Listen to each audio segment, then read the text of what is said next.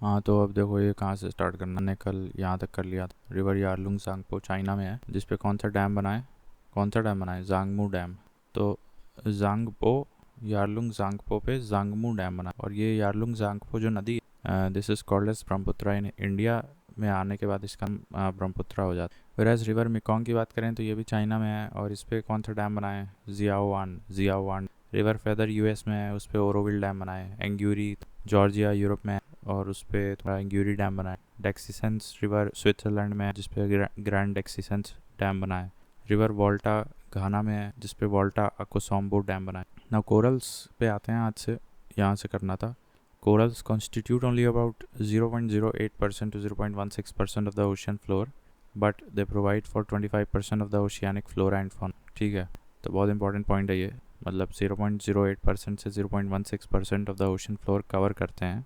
Corals constitute only 0.08 to 0.16% of the ocean floor, but they provide 25% of the oceanic flora and fauna. When temperature rises,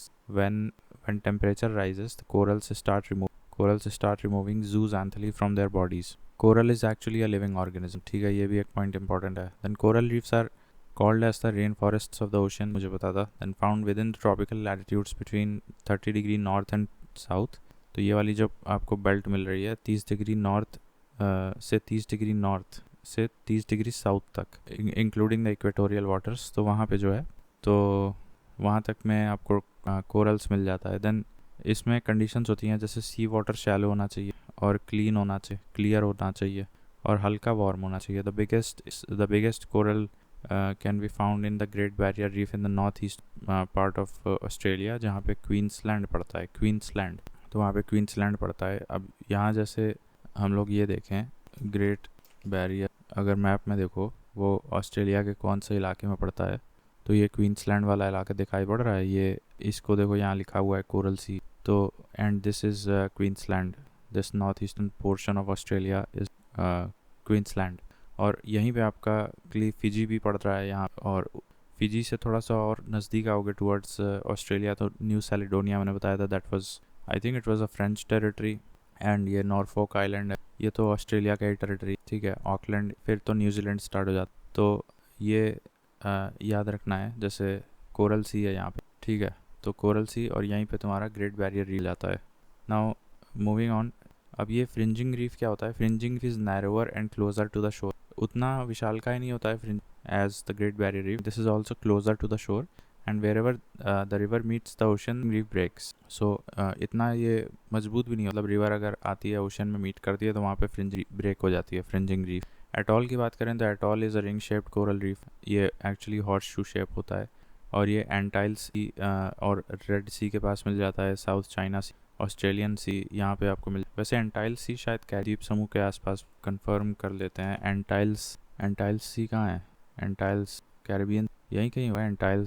एंटिलास लिखा है ये भी। तो यहाँ पे आपको corals in the form of atolls में, एंटाइल्स हो गया, ऑस्ट्रेलियन सी हो गया, देन साउथ चाइना सी हो गया, रेड सी हो गया। ठीक है, फिर फुनाफुटी एटॉल, ये कहाँ पे? ये तुवालू में मिलता है। Tuvalu is a part of, मैंने बताया था, tonga is a part of Polynesia, and Tuvalu is also part of Polynesia. इसके अलावा एक तीसरा नाम भी था जो मुझे याद नहीं आ। फिलहाल के लिए आडू अटॉल एक होता है, ये आपका southernmost part of Maldives में पड़ता है, Addu atoll. Now more 1/3 of the world's coral reefs are found in Philippine, Indonesia and Australia. यहाँ पे 33% of the world's coral reefs मिल जाएंगे आप। द नॉर्मल लैप्स रेट अगर हम बात करें, decrease of 6.5 degree every 1000 metres ascent in altitude. It occurs in troposphere में ये फिनोमेनन देखने को मिलता है, जो कि 0 से 18 किलोमीटर्स तक आपको हाई मिलती है ट्रोपोस्फेरिक लेयर। स्ट्रेटोस्फेयर आपका 18 से 50 किलोमीटर होता है, काफ़ी ड्राई होता है, और स्ट्रेटोस्फेयर में कोई वेदर एक्टिविटी है। That's why this is good reason for aviation, और यहीं पे ओजोन फॉर्मेशन भी होता है। देन मीजोस्फेयर की बात करें तो ये 50 से 80 किलोमीटर के रेंज में मिलता है, यहाँ पे टेम्परेचर इन्वर्जन हो जाता है। आयोनोस्फेयर की बात करें तो ये 80 से 640 किलोमीटर की रेंज में मिलता है, यहाँ पे रेडियो वेव्स कम्युनिकेशन किया जाता है। और बोरियालिस एंड ऑस्ट्रेलिस फिनोमिनन्स, जो नॉर्दर्न लाइट्स वगैरह होती हैं, वो भी आयोनोस्फेयर में बनती हैं। उसके बाद CO2 कार्बन डाइऑक्साइड की बात करें तो ये up to 20 kilometres from the earth surface मिल जाता है आपको CO2। And oxygen and nitrogen up to 100 kilometres. Oxygen and nitrogen आप थोड़ा ऊपर मिलता है because carbon dioxide is more dense, more heavy, तो ये closer to the earth surface यानी 20 किलोमीटर तक मिलता है. और ऑक्सीजन एंड नाइट्रोजन की बात करें तो थोड़ा 100 किलोमीटर तक ऊपर मिल जाता है. एंड हाइड्रोजन तो और ऊपर मिल जाएगा because it is even less dense. Then the outer layer of the sun is called photosphere, which releases energy at a constant rate. As a result, per unit area of Earth also receives constant insolation, and that is called as solar constant. Constant insolation energy को ही हम लोग solar constant बोल रहे हैं, and decreases from equator towards the poles. तो वहाँ पे poles में insolation कम हो जाता है यानी solar constant कम हो जाता है. अब ये एक पॉइंट है यहाँ, जैसे एवरेज एल्बिडो की बात करें तो ये हमारे पृथ्वी का 35% के आसपास होता है. ठीक है, अब ये 35 number is easy to remember because 35 ppt is the average salinity of the entire oceans of all the seas on the earth. तो वो एवरेज एल्बिडो भी 35% होता है. तो एल्बिडो होता क्या है? एल्बिडो मतलब the capacity or the intensity with which the sun's rays are reflected back from the earth's surface.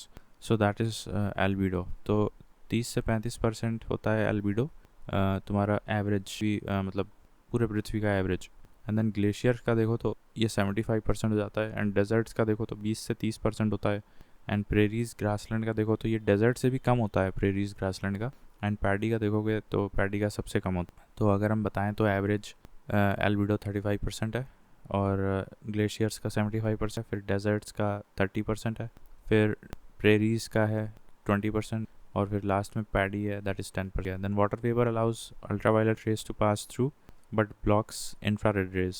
Hence, clouds cannot block sun's ultraviolet rays, but at night, clouds block the long-wave terrestrial rays reflected back from the Earth's surface, which are basically infrared rays. क्योंकि infrared rays क्या होता है कि long wavelength वाले होते हैं, और UV जो होता है जो सूरज से आता है, सन से जो UV आता है वो short wavelength वाली होती है. तो हमारे clouds की खासियत है, ये खासियत है क्लाउड्स की हमारे कि वो सन से जो यूवी रेज दिन में उसको आराम से पास हो जाती है, लेकिन रात में जो पृथ्वी की सरफेस से रिफ्लेक्ट होके लॉन्ग वेव टेरेस्ट्रियल वेव्स जो रिफ्लेक्ट बैक होके जाती है उसको ब्लॉक कर देता है हमारे clouds. And this makes cloudy nights warmer than clear sky nights. And the balance between the incoming solar radiation and the outgoing terrestrial radiation is called the heat budget और energy balance. इसको energy balance भी कहते हैं, heat budget भी और energy balance, right? Then ये देखो लिखा है more the size of ocean less the variation in annual temperature.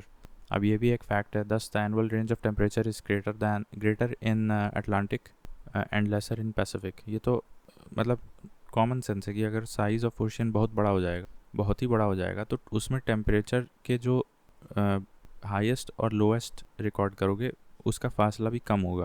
That is less is the variation in the annual temperature of the entire water. ठीक है, तो if the ocean size is very large then the variation of temperature in that is also very less. ठीक है, तो अभी हमें पता है कि पैसिफिक ओशन सबसे बड़ा है. ठीक है, तो पैसिफिक बड़ा है तो उसमें वेरिएशंस ऑफ टेम्परेचर कम होंगे.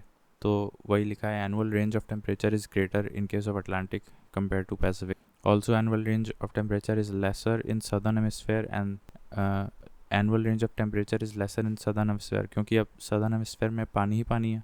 लैंडफॉर्म्स तो सारा का सारा northern hemisphere में है मोस्टली, तो पानी नीचे ज़्यादा है. और मैंने बताया कि जहाँ पे ज़्यादा पानी होगा, ज़्यादा बड़ा ओशियन होगा, वहाँ पे वेरिएशन ऑफ टेम्परेचर कम होगा. तो इसीलिए annual range of temperature is less in southern hemisphere. Then the highest temperature are not recorded at equators but 20 degree north और साउथ ऑफ द. ठीक है, ये भी हमें पता है क्योंकि इक्वेटर पे रोज़ बारिश हो जाती है, रिलेटिव ह्यूमिडिटी बहुत ज़्यादा होती है. ठीक है, फिर ये कुछ विंड नहीं केन्स वगैरह, ट्रॉपिकल साइक्लोन्स कह लो. तो देखो ये विली तो ऑस्ट्रेलिया में होता है, टाइफून्स चाइना में होता है, हरिकेन्स यूएसए में होता है और साइक्लोन्स तो India terminology. Then collision of polar winds with warm air brought by gulf stream, तो इससे बनता है टॉर्नाडोज. और टॉर्नाडोज भी कहाँ बेसिकली यूएस में ही चलता है, just like hurricanes is also part of USA. Tornadoes is another name which is commonly in USA. और ये मतलब देखो ये कहाँ मतलब टॉर्नाडो एली बोला जाता है. टेक्सास हो गया, ओक्लाहोमा, कैंसस, नेब्रास्का, यहाँ पे टॉर्नाडोज बहुत फ्रीक्वेंटली आते हैं.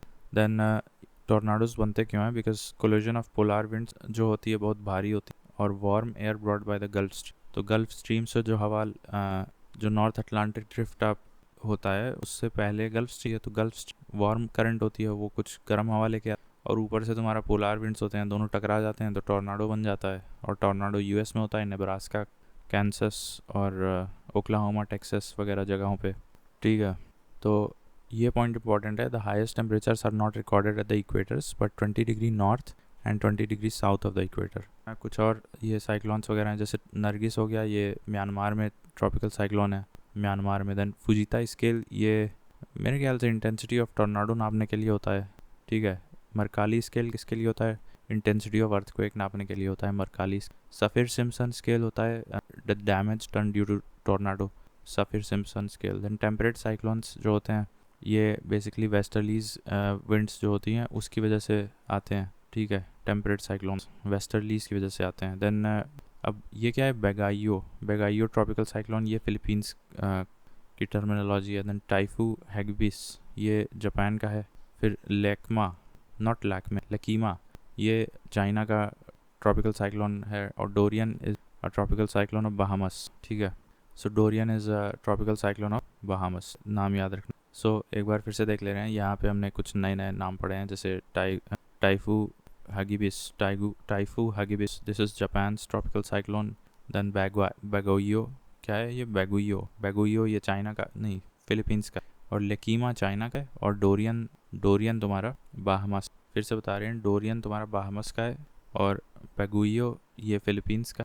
और टाइफो हैगिबिस जापान का है, और लेकीमा चाइना का। ठीक है, देन जेट स्ट्रीम्स की अगर बात करें, सो जेट स्ट्रीम्स ये 8 से 15 किलोमीटर ऊपर बहते हैं और 120 किलोमीटर से 220 किलोमीटर प्रति घंटे की स्पीड से बहती है हवा, लेकिन ये काफ़ी तेज़ भी चली जा सकती है, 450 तक की स्पीड इस पर बन सकती है। Then jet streams occur in both the hemispheres and the eye of the cyclone is calm, slightly warmer than the surrounding. The air in the eye descends. It is a region of low pressure. क्योंकि यहाँ पे जब लो pressure होगा तो low pressure is a region of convergence. ठीक है, तो वहाँ पे तमाम डायरेक्शन से हवा आएंगी। तो चूँकि आई ऑफ द साइक्लोन में बाकी जगहों आउटसाइड रीजन ऑफ साइक्लोन में तो हवा बही रही, हवा नहीं बह रही है, तो वहाँ से भी हवा डिसेंड होने, that is basically the air in the eye region of the cyclone descends from the top. So it is a region of low pressure and the eye of the cyclone is calm, warmer than the surrounding. तो यहाँ jet streams के बारे में देख लिए, आई of the cyclone देख लिया। Then sudden fall of barometer indicates westerly winds followed by a violent storm. अब ये वेस्टर्ली विंड्स, ये पॉइंट मुझे आ रहा है, sudden fall of barometer indicates violent storm, तो मुझे समझ में आ रहा है, लेकिन sudden fall of barometer indicates westerly winds, चलो रट लेते हैं क्या हो गया। Whereas a continuous rise in the barometer level, this is an indication of anticyclone and clear weather. तो rise in the barometer level में आपको calm conditions मिलेगा, clear weather और anticyclone. Then isobars are imaginary lines that connect places having the same atmospheric pressure at the mean sea level. ठीक है. Then humidity decreases towards the poles. Humidity decreases towards the poles. Humidity decreases, हाँ ये तो obvious है. Then 90% of humidity is concentrated at an altitude of 5 kilometers from the surface of the earth. ठीक है, तो 5 से 6 किलोमीटर तक में ट्रोपोस्फेयर होता है, 0 से 18 किलोमीटर, उसका हाफ कर दो, वहाँ पे तुम्हें 90% ही। अब उसके बाद ये कुछ और टर्मिनोलॉजी है, जैसे 5 डिग्री नॉर्थ और साउथ ऑफ द इक्वेटर तुम्हें डोल्ड्रम्स बोलते हैं, that is very calm. And 30 से 35 डिग्री नॉर्थ एंड साउथ ये बेल्ट होती है सब ट्रॉपिकल हाई प्रेशर की, यहाँ पे तुम्हें हॉर्स लैटिट्यूड्स मिलता है 30 से 35 degree north and south of the equator. This is basically सब ट्रॉपिकल हाई प्रेशर जोन, और यहाँ पे हॉर्स लैटिट्यूड नाम दिया जाता है। दैन 60 से 65 degree north and south, these are सब पोलर लोज, एंड दो temperature is here is mostly less but pressure is low due to rotation of Earth. तो ये पॉइंट पूछा जा सकता है कि सब पोलर लो प्रेशर बेल्ट में लो प्रेशर कैसे बन जाता है, that is because of the rotation of the earth. ठीक है, और यही रीजन है मेरे ख्याल से, यू हैव टू कंफर्म, जहाँ पे जो टॉर्नाडोज आते हैं यूएस के वीकली, क्योंकि यहाँ पे ठीक है तुम रीज़न देख लेना, बट रीज़न यहीं कहीं छुपा हुआ है, रोटेशन ऑफ द अर्थ। और एक रीज़न ये भी है कि जो गल्फ स्ट्रीम से गर्म हवा आ रही है और पोलार विंड्स जो पोल की तरफ से आ रही हैं, दोनों में जब टकराव होता है तो फिर टॉर्नाडोज बन जाते हैं। तो वो फिनोमिनन सब पोलार लो प्रेशर का ही है। तो फिर पोलार हाइज तो आप जानते हो, वहाँ हाई प्रेशर होता है। फिर roaring 40s, furious 50s, shrieking 60s, ये सब सदर्न हेमिस्फीयर में होता है, लैटिट्यूड्स 40 डिग्री लैटिट्यूड साउथ पे 50 पे और 60 पे। वेस्टर्लीज में होता है ये, and westerlies are more stormy in southern hemisphere due to lesser land mass. And there is one more thing that I said that जहाँ पे लार्जर ओशियन साइज होगा वहाँ पे वेरिएशन इन टेम्परेचर कम होगा, ठीक है, तो वेरिएशन इन टेम्परेचर कम होगा। एंड सदर्न हेमिस्फीयर में वेस्टर्लीज को डिस्टर्बेंस नहीं होता, ब्लॉकेजेस नहीं होते, because there is absence of land mass, तो काफ़ी तेज़ यहाँ बहती हैं, इसीलिए रोरिंग 40 सदर्न लैटिट्यूड पे काफ़ी तेज़ बहती है, furious 50, shrieking 60s। Then Wellington news, it is the only capital in the world that lies in the path of roaring 40s। तो ये याद रख लो, वेलिंगटन वाली जगह पे रोरिंग 40s और land and they cover only 20 to 30 kilometres including coastal area, ठीक है, इनका रेंज बहुत कम होता है। देन माउंटेन ब्रीज, ये कैटाबेटिक और एनाबेटिक में डिफरेंस समझ लो। देखो वैली ब्रीज क्या होता है, ये एनाबेटिक होता है, और ये during the day time air heats up and rises up from the valley, तो उसको हम एनाबेटिक बोल रहे हैं। और कैटाबेटिक होता है माउंटेन ब्रीज, ये रात में होता है। During night cold air descends into the valley from mountain top, so that is called as katabatic. और यहाँ टेम्परेचर इन्वर्जन वाला फिनोमेनन हो रहा है, इसीलिए ये सब होता है। देन एनाबेटिक, तो कैटाबेटिक होता है रात में जब माउंटेन टॉप से तुम्हारा cold air descends into the valley, और एनाबेटिक होता है दिन में जब वैली रीजन से warm air ascends to the mountain top, ठीक है। देन कोरियोलिस, फ्रिक्शन और प्रेशर ग्रेडियंट, ये 3 फैक्टर्स होते हैं influencing the horizontal winds. Horizontal winds के लिए आपका कोरियोलिस जिम्मेदार है डायरेक्शन के लिए, और फ्रिक्शन भी ज़रूरी है। जैसा मैंने देखा कि वेस्टर्लीज सदर्न हेमिस्फीयर में ज़्यादा एग्रेसिव होती हैं, बिकॉज कोई फ्रिक्शन ही नहीं मिलता लैंड मास से, क्योंकि लैंड मास ही नहीं। और प्रेशर ग्रेडियंट तो सबसे ज़्यादा ज़रूरी है, ठीक है। Then thunder is a sound caused by lightning discharge that heats the air in its path and causes a large adiabatic pressured expansion of air within its channel. The channel expands supersonically in the surrounding air, creating a shock wave which creates thunderous sound. तो ये मुझे समझ में आ गया एक बार में पढ़ के, तो ठीक है। Then cirrus cloud rarefaction technique, ये क्या होती है? A climate engineering technique to reduce the global warming, ठीक है। Cirrus clouds are icy crystals of vapor which prevent heat reflected from the ground from escaping in the outer surface by spraying bismuth triiodide or silver iodide. Bismuth triiodide or silver iodide, these clouds become sparse. Another, तो फिर क्या होगा कि जो अर्थ से निकलने वाली गर्मी है या heat reflected from the earth surface up towards the clouds, तो वो एस्केप हो जाएगी आउटर स्पेस में, तो फिर हमारा ग्लोबल वार्मिंग का इम्पैक्ट कम हो जाएगा। तो this is achieved by using bismuth triiodide and silver iodide. Then another approach is spraying sulfate aerosols to create a layer in the upper stratosphere which would reflect the solar radiation back even before reaching the earth. तो sulfate aerosols का भी नाम याद, और bismuth triiodide and silver iodide. Now this is sulfate aerosols use तब करते हैं जब तो हमें प्रॉब्लम जड़ से ही मिटा देनी होती, और लेकिन अगर प्रॉब्लम हो चुकी और उसके बाद समाधान करना है तो फिर you have to spray bismuth triiodide या फिर silver iodide in the clouds to make them sparse and allow the heat to escape away from the earth surface. So that is cirrus cloud rarefaction technique, ठीक है। फिर मैंने thunder और lightning बता दिया, ठीक है, थंडर और लाइटनिंग बता दिया। उसके बाद westerlies blow from 30 degree north to 60 degree north in northern hemisphere and so on similarly in southern hemisphere. तो 30 से 60 डिग्री के बीच वेस्टर्लीज बहती है, हाँ। And these are less active in summers and more active in winters, एक और ये point हो गया। and they are more active in southern hemisphere because of absence of या less land mass। तो westerlies are more active in winters। Mediterranean sea लगभग 30 से 40 degree north south के बीच में पड़ता है, और वेलिंगटन तुम्हारा 40 डिग्री साउथ में पड़ता है, इसलिए वो रोरिंग 40s नामक विंड को एक्सपीरियंस करता है। फिर ये कुछ लोकल विंड्स हैं, जैसे चिनूक हो गई, फोएन, हरमट्टन, सिरोको, सिमूम, जोंडा, ब्लैक रोलर, परगा, लेवांतर और नॉर्वेस्टर। इसके अलावा मिस्ट्रल, बोरा, खमसिन, ब्लिजार्ड, हबूब, यामो, ब्रिकफील्डर एंड शमल, ठीक है। तो पहले मैं जो येलो हो रखे हैं मैंने पहले वो बता देते हैं, उसमें ज़्यादा मुश्किल होती है याद रखने में। हाँ, तो अब हम ये देख रहे थे, ये जो कुछ लोकल विंड्स होती हैं, जैसे फोएन की बात करें और पुरगा की बात, तो पुरगा देख लो पहले कहाँ पड़ता है। पुरगा जो है ना, ये cold tundra region of Russia में बहती है, ये कोल्ड लोकल विंड है, टुंड्राज इन द रशिया, वहाँ पे ये पुरगा बहती है। पुरगा टुंड्राज ऑफ रशिया रीजन, पुरगा बहती है। उसके बाद ये देखो फोएन है, फोएन बहती है। पहले तो याद रखो foehn is warm, it is not cold, foehn is warm and foehn is warm and it flows in Switzerland area, Switzerland के आसपास, ठीक। तो फोएन हो गया, पुरगा हो गया, पुरगा बहती है टंड्राज में रशिया में, तो कोल्ड होती है। उसके अलावा ये ब्लिज़ार्ड है। ब्लिज़ार्ड कहाँ बहता है? ये यूएस और कनाडा बॉर्डर पे बहती है ब्लिज़ार्ड, यूएस और Canada border blizzard. Then haboob, haboob ये बहती है सूडान में, ठीक है, सूडान। फिर यामो ये जापान में बहती है, जापान में यामो बहती है। और शमल, शमल बहती है, शमल इराक में। और ब्रिक फील्डर तो मुझे याद है। तो यामो जापान, हबूब सूडान, और ब्लिज़ार्ड यूएस कनाडा बॉर्डर, और शमल इराक।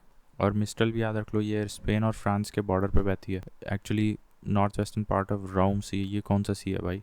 और बोरा, बोरा ये कोल्ड है और ये एड्रियाटिक सी में बहती है। और खमसिन, खमसिन ये इजिप्ट में बहती है। Then blizzard. अच्छा, अब सारे देख लेते हैं। नॉर्वेस्टर हमें पता है कि मानसूनल थंडर स्टॉर्म विंड्स हैं, जो काल बैसाखी नाम से भी जाना जाता है। ये वही आपका वेस्ट बंगाल और बांग्लादेश वाले इलाके नॉर्वेस्टर है। फिर लेवांतर ये कोल्ड विंड है, जो कि सिर्फ स्पेन में बहती है, स्पेन। लेवांतर है कोल्ड विंड, स्पेन हो गया। और एक है जो स्पेन और फ्रांस के बॉर्डर पे है। तो अगर सिर्फ स्पेन की बात करें तो लेवांतर हो जाएगा, लेकिन अगर स्पेन और फ्रांस के बॉर्डर पे पूछे तो वो मिस्ट्रल है, मिस्ट्रल। और ये रोम सी मुझे देखना था, ये रोम सी कहाँ पड़ता है? रोम सी पड़ता है यहाँ।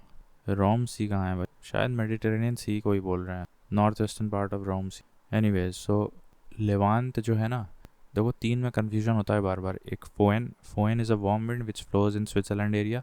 एक है लेवांतर और एक है मिस्ट्रल। तो मिस्ट्रल हो गया स्पेन और फ्रांस में दोनों जगह, और लेवांतर हो गया सिर्फ स्पेन में, और मिस्ट्रल हो गया फ्रांस और स्पेन में। तो लेवांतर हो गया स्पेन में, लेवांतर हो गया स्पेन में, लेवांतर हो गया स्पेन में, मिस्ट्रल हो गया फ्रांस और स्पेन में। और ये लेवांतर हो गया, मिस्ट्रल हो गया, और फोएन हो गया स्विट्ज़रलैंड में। ना इसमें से फोएन इज़, ठीक है, और levanter is cold, levanter is cold. इसके बाद ब्लैक रोलर ये Great Plains region of US में है, जोंडा अर्जेंटीना में है, और सिमुम ये वार्म है सऊदी अरब में है। सिरोको ये मेरे ख्याल से blows from Sahara to Mediterranean, Sahara desert से ये मेडिटेरेनियन की तरफ ऊपर बहती है, and it brings blood rain in it. तो ये भी क्वेश्चन बनता है बहुत बार कि which wind causes blood rain in. तो वो सहारन डेजर्ट से डस्ट पार्टिकल्स लेके, रेड डस्ट पार्टिकल्स लेके बहती है, वहाँ पे लाल रंग की वर्षा होती है इटली में। तो that is sirocco. Now sirocco starts from Saharan, blows over the Mediterranean sea and brings blood rain in it. फिर हरमट्टन की बात करें तो ये भी सहारा से स्टार्ट होती है। It is also known as doctors wind भी बोलते हैं इसको, हरमट्टन को, क्योंकि ये कोस्टल गिनी में कुछ हद तक ह्यूमिडिटी कम करने का काम करती है और अच्छा मौसम बनाती है, जिससे कि लोगों की हेल्थ। तो हरमट्टन को डॉक्टर्स विंड बोलते हैं। वो सहारा डेजर्ट से नीचे बहती है टुवर्ड्स गिनी कोस्ट, और सहारा डेजर्ट से एक हवा जो ऊपर की तरफ जाती है और मेडिटेरेनियन सी के ऊपर से बहते हुए इटली में ब्लड रेन कॉज करती है, दैट इज़ सिरोको। सिमोम की बात कर रहे हैं तो that is warm wind of Saudi Arabia. Zonda that is Argentina. Black roller great plains of USA. And purga मैंने बताया टंड्रा रीजन ऑफ रशिया, ये कोल्ड है। लेवांतर है तो सिर्फ स्पेन की बात कर रहे हैं, कोल्ड विंड है। नॉर्वेस्टर बता दिए, वेस्ट बंगाल। फोएन स्विट्ज़रलैंड में वार्म विंड है, वार्म। देन चिनूक इज़ मेरे ख्याल से रॉकी माउंटेन्स रीजन है, ये also known as snow eater, और ये वार्म होती है। पहले तो आप ये देखो रॉकी माउंटेन्स कहाँ पड़ते हैं। ये रॉकी माउंट यहाँ पे बता रहे हैं चिनूक, तो ये इधर है, कोलोराडो में है। तो it is also known as snow eater and it is a warm wind. Eastern Rocky Mountains में चिनूक बहती है। तो ये सारे हो गए लोकल विंड्स, एक बार फिर से देख लो। तो ब्रिक फील्डर रह गया ये ऑस्ट्रेलिया में, ठीक। तो ये सारा हो गया। इसके बाद फॉरेस्ट एरिया देख लो, टॉप 10 कंट्रीज सबसे ज़्यादा, ये पुराना डेटा है, रशिया, ब्राज़ील, कनाडा और यूएसए, चाइना। तो India comes at the 10th place. हम फॉरेस्ट एरिया की बात करें, फॉरेस्ट एरिया तो आरबीसी है, ये निमोनिक याद रखना है। रशिया में सबसे ज़्यादा फॉरेस्ट है, फिर ब्राज़ील में है, फिर चाइना में, उसके बाद यूएसए में है, और फिर चाइना में है, और ऑस्ट्रेलिया में है। India comes at the 10th place. Now as per the World Bank, forest cover in Japan 68% and Indonesia में 49% है, और इंडिया में 23.4%। तो 69% कहाँ पे है? जापान में 68%, इंडोनेशिया में 49% है, और इंडिया में 23.4% है। The top 2 countries having the highest percentage of forest cover. तो अगर प्रतिशत में देखें जितना क्षेत्र उस देश के पास है, उस क्षेत्र के हाईएस्ट परसेंटेज में फॉरेस्ट है, तो ऐसे दो कौन से देश हैं? तो एक है गुयाना नहीं, एक सुरिनाम है और एक गुयाना है, तो Suriname will be at the top और Guyana will be at the center. Now ये डिफरेंट टाइप्स ऑफ फॉरेस्ट्स जो हैं ये, और examples of trees such as ये जो स्पी रबर, गुट्टा परचा, पाम, ये सब हम अगले